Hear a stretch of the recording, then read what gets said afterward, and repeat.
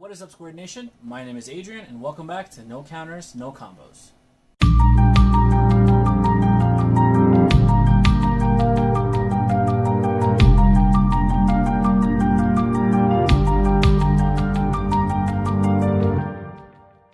So today we're actually making the full dive into set 11. We used to have a segment on this channel called Meta Mondays, but I haven't really been attached to the meta enough to make an educated analysis of what's going on. So moving into set 11, though, I do have some opinions on what might be meta worthy.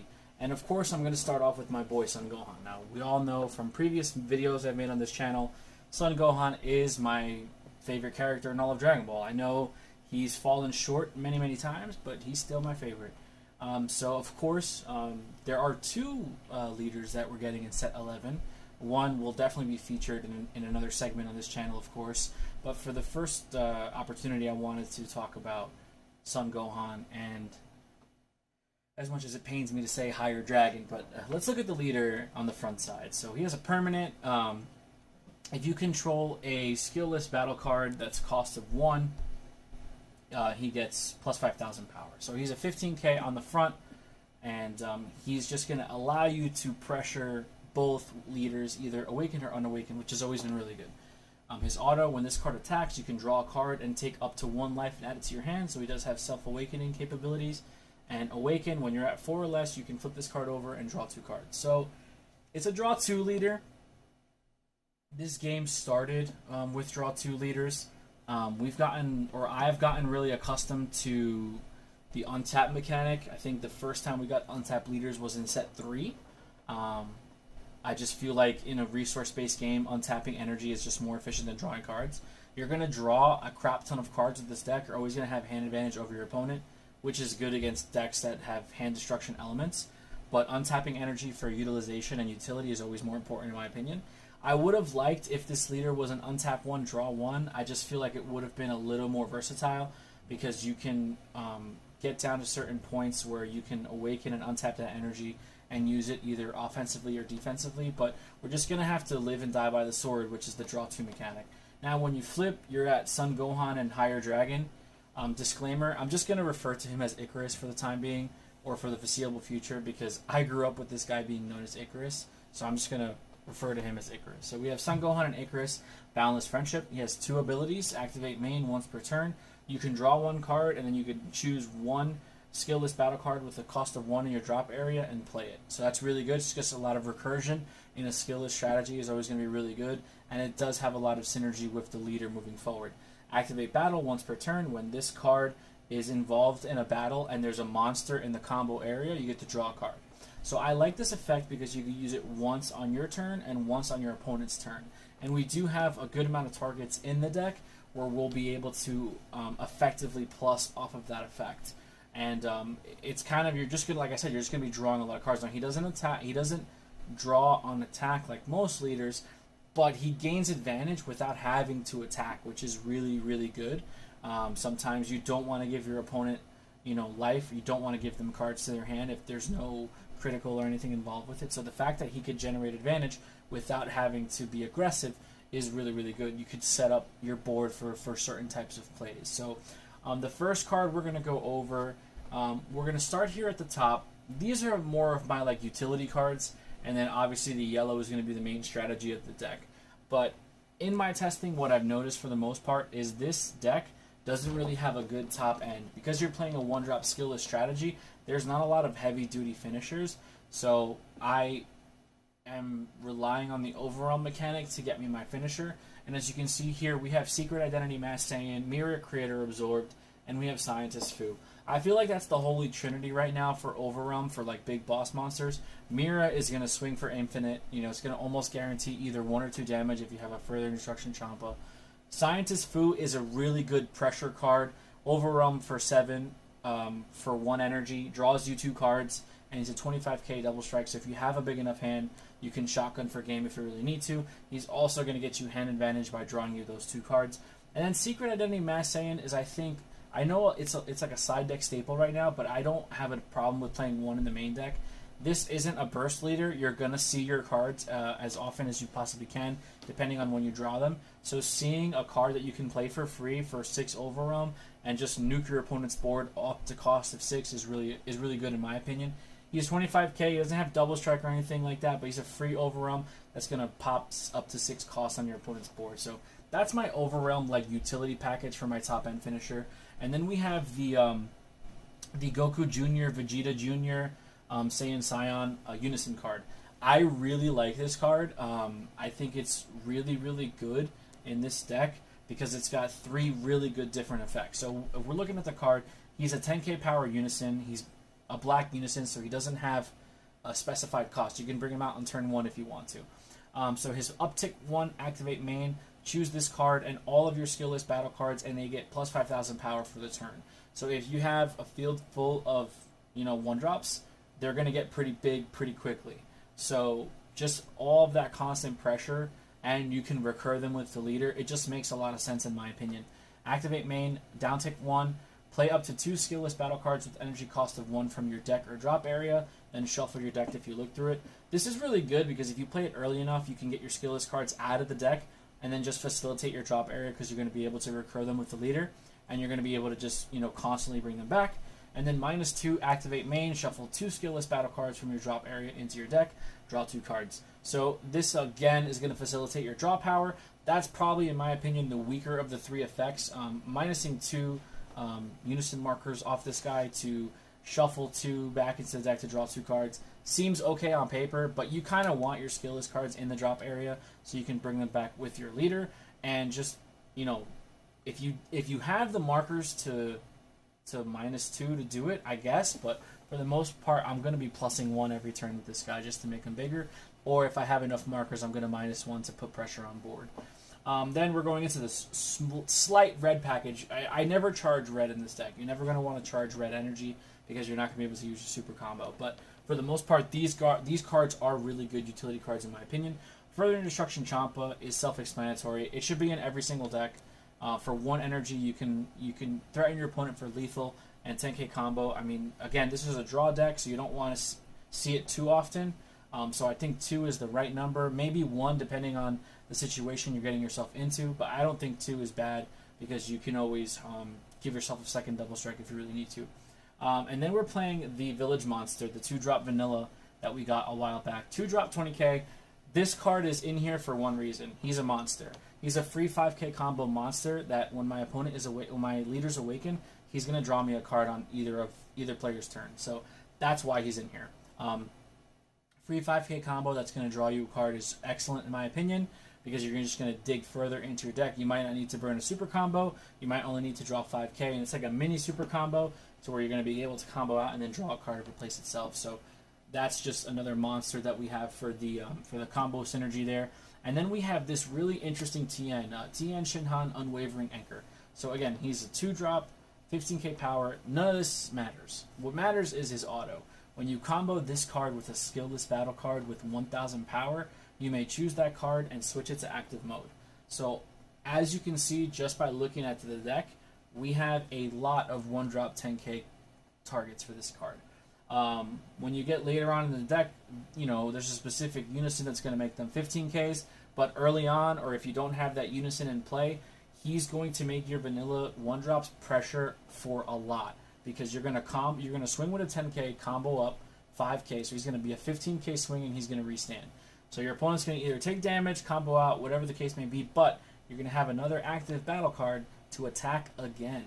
So, in my opinion, this card is really good because you're going to be able to utilize multiple attacks on 1 battle card, and if you're able to swarm the field with multiples, you'll be able to just get multiple attacks off in any given turn. I think the most I've gotten off was like 6 or 7 attacks just with the board state that I had and being able to combo multiples of this TN. Also, his auto isn't once per turn, so you can, as long as you have TNs in your hand to combo, you're always going to be able to restand your 1-drop. So the next card we're going to go over is actually the start of the yellow package and essentially the bread and butter of the deck. So we have the new Son Goku Forever in Our Memories yellow unison. This is the one that we're getting in set 11. It's restricted 3 yellow, so you have to play it minimum turn 3. And I think it's a really good card. but I wouldn't max out on this guy for a couple of reasons, and we'll get into it. Permanent, if your leader card is yellow, all of your battle cards and your opponent's battle cards with original energy cost of 5 or less have their skills negated, and all of your battle cards with energy cost of 1 get plus 5,000 power. So he basically makes anything that's 5 or less skillless. Like, there's no skills on it. Blocker, barrier, double strike, everything it's blank text, and you benefit from it because you're playing 1-drops, so they get an additional 5k. So all of your little guys will be 15k vanillas, and all of your opponent's cards will just be vanillas. So if they try to protect themselves with blocker or anything like revenge or something like that, it doesn't matter because this guy just blankets the entire field and gets rid of all the effects. So he essentially is a win con. If you set up your board and you have good board presence and you drop this guy on turn 3 or 4 and your opponent just doesn't have enough answers, it's a really good, efficient way of finishing the deck. But that's not all. He does have a couple skills too. So uptick for 0, so it's a free unison effect. Activate main. Play up to 2 yellow skillless battle cards with energy cost of 1 from your drop area. So again, he's just recurring 2 of your vanillas, and they're coming out as 15Ks. And then -2, activate main. If your leader card is yellow, your opponent can only attack with battle cards once during their next turn. So there's no way he can uptick to gain more unison markers. So he's going to come down for 3 or 4, or wherever turn you cast him, he's going to come down and have that many markers, unless you continue to feed himself to himself. But we're only playing 2 copies, so it's going to be really difficult for him to gain unison counters. But again, I don't think it's that necessary because of what he does with his permanent. So I think obviously the free ability of just playing 2 skillless battle cards from your drop area for free is awesome. And he's a 15k unison, so your opponent's going to have to, essentially he acts as like another body for them to attack because you're going to get so much value. But in a pinch, you're going to always have at least 2 or 3 unison markers on him because of his restricted cost. So if you really need to use like the Nimbus effect, you can. It's got good utility, but I don't want to max this guy out because I want to see him as late as possible when I'm ready, to push for game. Because I think the Saiyan Scion unison gets you more utility. So the next card we have is the Son Gohan and Icarus Flying High. This is basically the 6-drop boss monster of the deck. I think it's a good card. I don't see myself playing it a lot, but it's pretty interesting. It's a unique dual attack. Permanent, if this card will be removed from a battle area, send it to the warp instead. Permanent, all of your yellow skillless battle cards with energy cost of 1 get plus 5,000 power. So he's a 6-drop, so he gets underneath the Goku Unison. So if you have both of these guys out at the same time, your vanillas are going to be 20Ks, not just 15. It's pretty insane. And then activate main for a yellow. If you have 3 or more energy and you choose 2 of your yellow skillless battle cards with an energy cost of 1 and place them in your drop, you get to play this card from your hand. So he comes out as a 25k dual attacker for 1 energy if your board is set up properly. I would just pressure with my little guys first, bring him out, and then if I have my unison, I would just go off that way. The other interesting fact about this card is he also has the monster tag.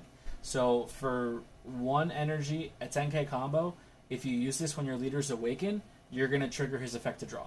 So essentially he's like another Unbreakable Goku or, pseudo super combo type cards, which I think is really interesting.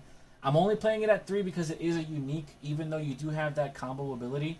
I just don't want to clog myself with so many of these guys. I think 3 is the right number. Next, we're getting into our yellow super combo. It's pretty basic. We're getting a super combo like this for every color in set 11. If all of your energy is yellow, when you combo with this card, it gets plus 10k. You get to put 1 card from your hand at the bottom of your deck, draw 2 cards. So it's like a watered down Paragus, or it's similar to Paragus.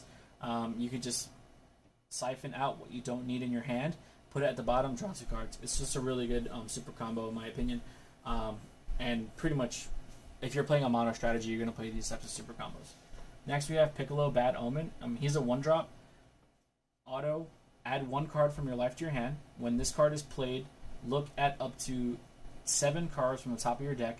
Play 1 yellow skillless battle card with energy cost of 1 among them. Shuffle your deck. This is a really good turn 1 play for 2 reasons. A, he's going to get you a life so you can awaken quicker, but he's also going to play 1 of your skillless battle cards after you scry top 7, which is also going to give your opponent plus your leader plus 5k.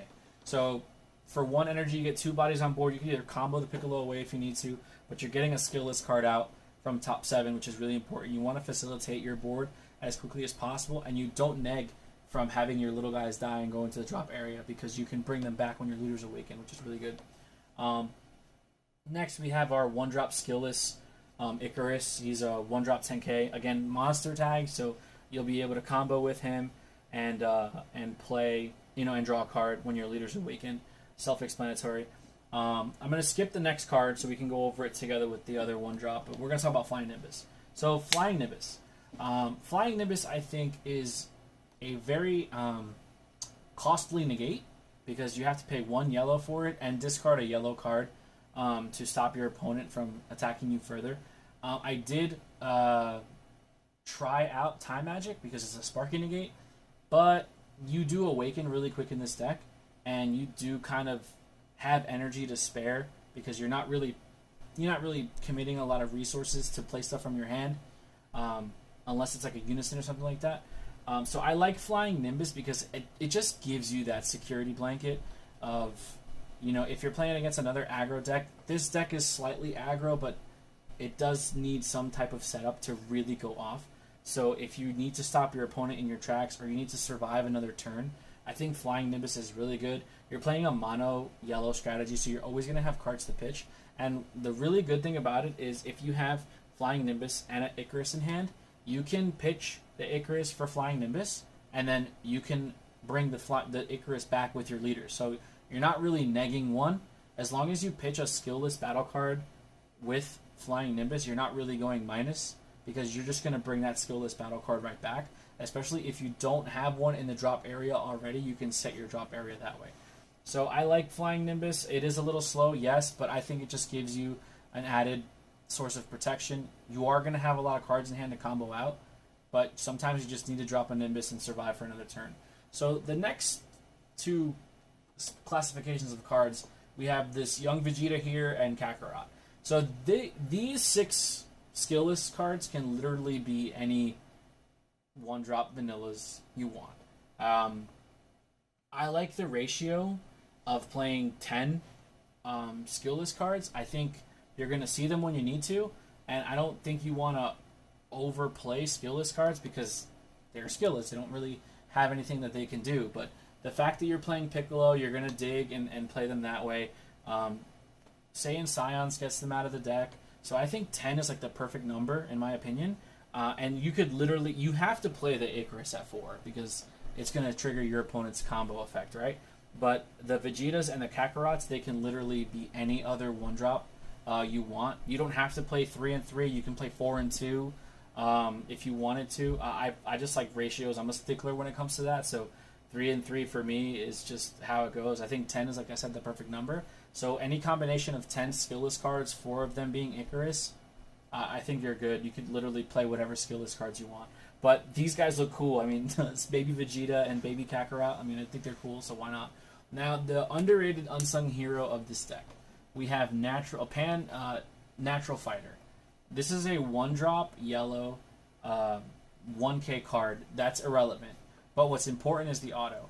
When you combo with this card, choose one of your skillless battle cards, then choose one effect. The chosen card gains blocker for the duration of the turn. If the chosen card has 10,000 power or less, it gets plus 5,000 power and critical for the duration of the turn. This card is one of the unsung heroes of the deck for 2 reasons. You're always going to have skillless cards on board, especially 1-drops, to use however which way you please. Pan Natural Fighter gives them more utility. If you're playing defensively, you can turn one of them into a blocker. If you're playing offensively and you have a Champa in hand and you want to be sneaky, you can give crit and plus 5k to a vanilla. So now he's sitting at 15k crit.